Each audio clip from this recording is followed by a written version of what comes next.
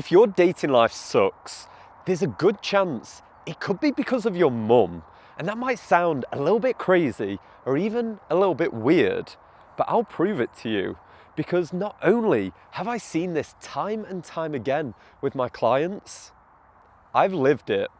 For years, I idolized women. I played the nice guy. I sought their validation. And that only led me to ruin. And these are just a few symptoms that are caused by when that mother-son relationship goes wrong. And you might be thinking, this sounds like, maybe it's a niche problem, it doesn't really apply to me. Well, in over 2,000 hours of client work, I can tell you it's come up a lot. And that might sound crazy, but the even scarier thing, in a lot of these cases, the guys, they had no idea it was even going on. So in this video, I'm going to break down to you exactly what that problem is. And then I'm going to talk you through what are the surface level issues that happen when that mother-son relationship goes wrong. Some you might even be a little bit aware of. And then I'm going to take you down to the deeper level issues, ones most guys have never even considered. And then finally, I'm going to talk you through how to overcome this problem and break free. So let's go find somewhere and I'll start to break it down for you. Okay, we found a spot, but it has started raining, so we're going to smash through this. But what's going on? Well, in a beautiful way, a boy's first love is his mother, and there's nothing wrong with that.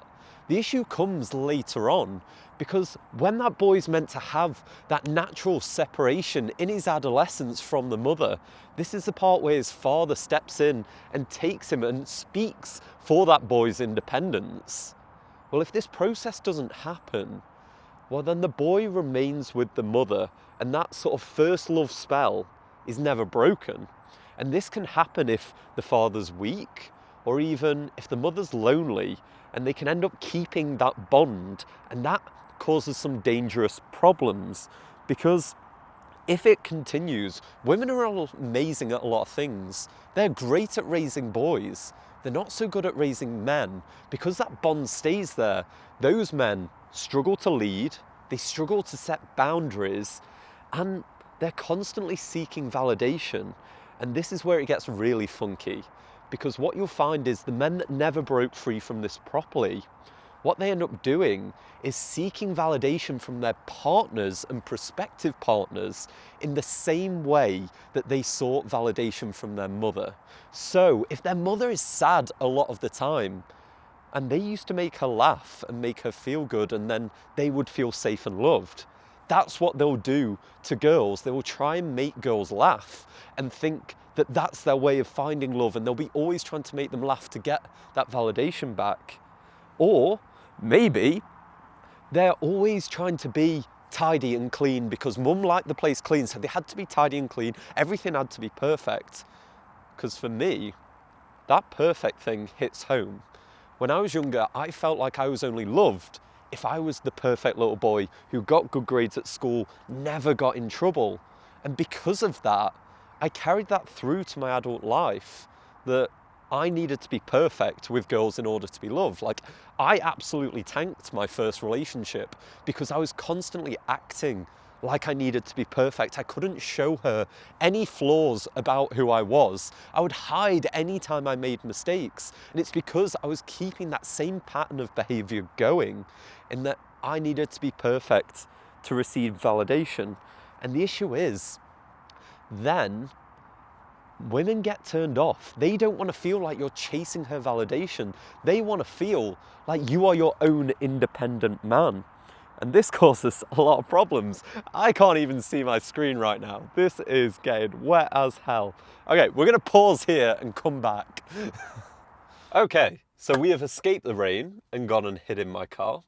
And to summarize, the problem is when this first love spell does not break, and that a boy is still enmeshed with the mother, and he keeps trying to give that validation, or keeps seeking that validation and doing actions to receive it from her and from girls as well. That is a problem, and that's what happens when it goes wrong in adolescence. But the real issues kick in as it starts to stretch into later and later in his adult life. And you might be asking me how late, but I've addressed this problem with guys in their 40s and 50s. Because if the woman still retains that role as the love of his life, essentially, then there's no room for a girlfriend, be it emotionally or even just sometimes physically. I have known guys to be still going on like dates with their mum where they take them out for meals and take them out shopping, all that kind of stuff is okay. But oftentimes it's coming from a place of attachment to the mother as opposed to independence out there in the world, that he's actively dating his mum. And even when it comes to just a time frame basis, I worked with a client who was struggling to find time to go out approaching and meeting girls. Simply put, because his entire weekend was blocked off doing things with his mum most times. And that is going to sound savage, but it's always going to block you and get in the way. And girls will feel this too. They will feel like you're emotionally unavailable for them because you're still wrapped up in this being the boy for his mum as opposed to being the independent man. And I would say, if you are either a youngest sibling or an only child, this is really common for you. Because one of the things is when you have more siblings and you weren't the youngest, the mother can kind of shift this attachment onto the younger child. So you can go through your adolescence and she doesn't feel like she loses that identity as being a mother because there's still another kid. She needs to mother them, the youngest, they need to be babied. But if you're the youngest or you're an only child, what happens when you hit adolescence? Unless your mother is very strong and she's able to completely break that identity she has of being the doting mother, well, she's going to want to keep that. We don't like shedding our identity. And that's how it happens worse for only children and youngest, especially youngest men. So let's talk about how to fix the problem. Because if we don't fix it, you will stay that guy who isn't able to put boundaries down, isn't able to lead women, isn't able to do anything other than search for validation. And then on that deeper level that most guys don't even realize, they don't even have space in their life for a relationship because it is all being sucked up by their surrogate relationship with their mother, which is kind of weird and kind of freaky, but is what happens. So how do we fix this? Well, there is one way it does often get fixed, which we don't have to do anything about at all, but it's still not a great thing to hope for. And that is, if a grandchild comes along the way, then she tends to put the attention there. But we are not men of inaction, all right? We are not going to be someone that waits around for that. So instead, let's talk to the practical steps that you can do.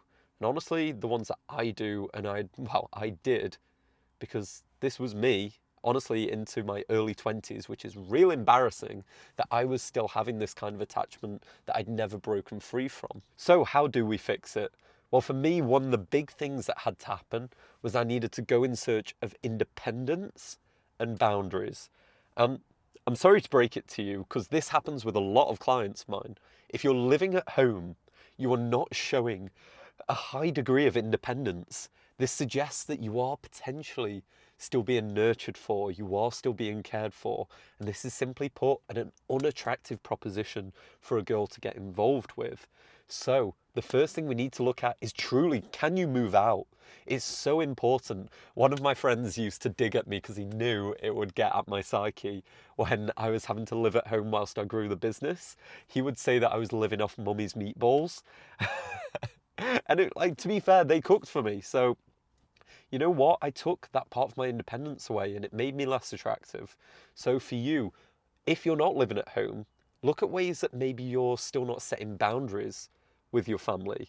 Are they still opening all your mail, always calling to check up on you, being really invasive with your career, with your relationship choices? Are you able to have healthy boundaries with your family? Because if not, there's a high chance that you're still kind of getting quite enmeshed with them. that they are still controlling you, that you are still not broken off to be the independent man. Like, go out, make mistakes. It is way better than being someone that is always under the paw of his parents and especially his mother, and it's always unattractive to girls. It's time to start making some mistakes, setting boundaries. And I know this might sound tough and it might just sound harsh, because I know a lot of guys, they wrote this story around why they are either living with their mother, the mother's living with them, or why they are still so involved in his life. Because, oh, it's Karen, you know, mum's great, all these things. I don't want to harm her. She's lonely. I don't want to hurt her. Well, there's this Alex Hormozy quote that I really like, that sometimes you have to let your parents' dreams die for yours to live. And it might come to making a really tough decision where you realise that you've got to put yourself first. You've got to step out into the world and be an independent man. And that might hurt some feelings. And that's really a difficult thing to do. But your alternative, well, is to let your life die so theirs can live. And I don't think any parent wants to see that. I don't think any parent is proud of the fact that their son is in their late 40s, maybe 50s, and still living at home and never had a girlfriend. Like, no parent wants that. They want grandkids. They want you to go out. And I know it's tough in the moment, but if you're still trapped in this kind of enmeshment with the mother, it's going to take some pushback. It's going to take some sort of snap against it. It was for me. It was difficult to push against that.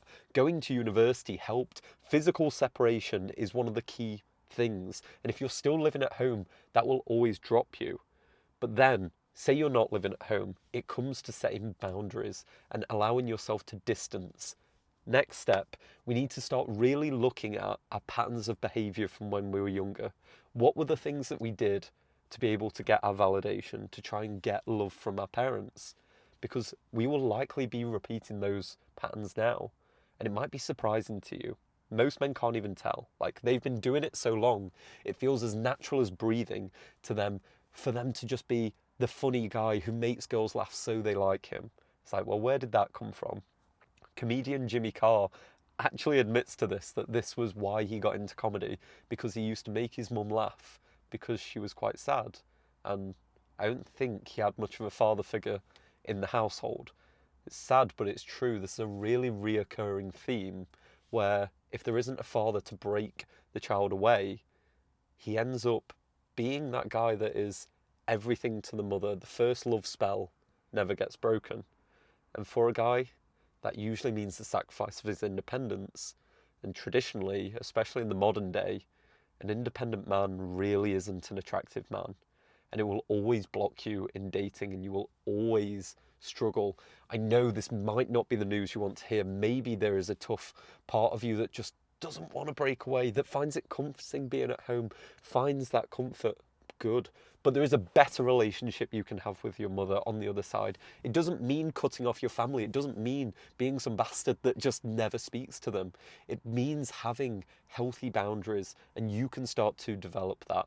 So I recommend, to overcome this, start looking at creating some healthy boundaries with your family. Seek independence. Do things that you want to do. Put your own needs first, and then start to address your patterns of behaviour that led you to seeking validation when you were younger, and seeing how they play up in your adult life, and seeing what you can do to stop doing that. For me, I decided I wasn't going to try and do the perfect boy thing anymore. So I would allow myself to fall below perfection when it came to dating. That I wouldn't be always absolutely trying my absolute hardest of everything, cooking the perfect breakfast, doing it all the time. I would allow myself to fall below perfect and realise I was still lovable. People still wanted to know me. Girls still wanted to date me if I wasn't perfect. So look for what those patterns of behaviour are from you. And if you're struggling with these nice guy ideas, one of the things that's going to really help you with those kind of conversations with girls, with your mum, is a very simple change that stops nice guys in their tracks and develops them into attractive men. And it all comes down to changing your speech. So check out this video here, where I detail exactly what that small change is that will unlock a whole new life for you.